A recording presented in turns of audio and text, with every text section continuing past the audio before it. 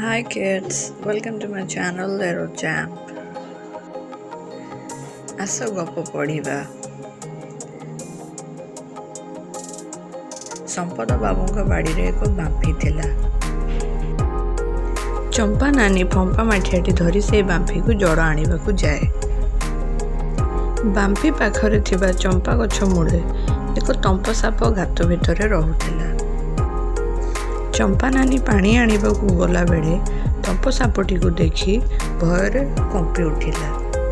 ସେ ସେଠାରୁ ଜୀବନ ବିକଳରେ ଦୌଡ଼ିବାକୁ ଲାଗିଲା। ଦୂରରୁ ଚମ୍ପକ ଆଉ ସମ୍ପଦ ଦୁଇ ସାଙ୍ଗ ଏ ଦୃଶ୍ୟ ଦେଖୁଥିଲେ। ତମ୍ପ ସାପକୁ ସେଠାରୁ ବିତାଡ଼ିତ ନ କଲେ ବହୁତ ଅସୁବିଧା ହେବ, ତେଣୁ ଦୁହେଁ ଉପାୟ ପାଞ୍ଚିଲେ। ଦୁହେଁ କିଛି କନ୍ଦ ନେଇ ତମ୍ପ ସାପର ଗାତ ଭିତରେ ରଖିଦେଲେ।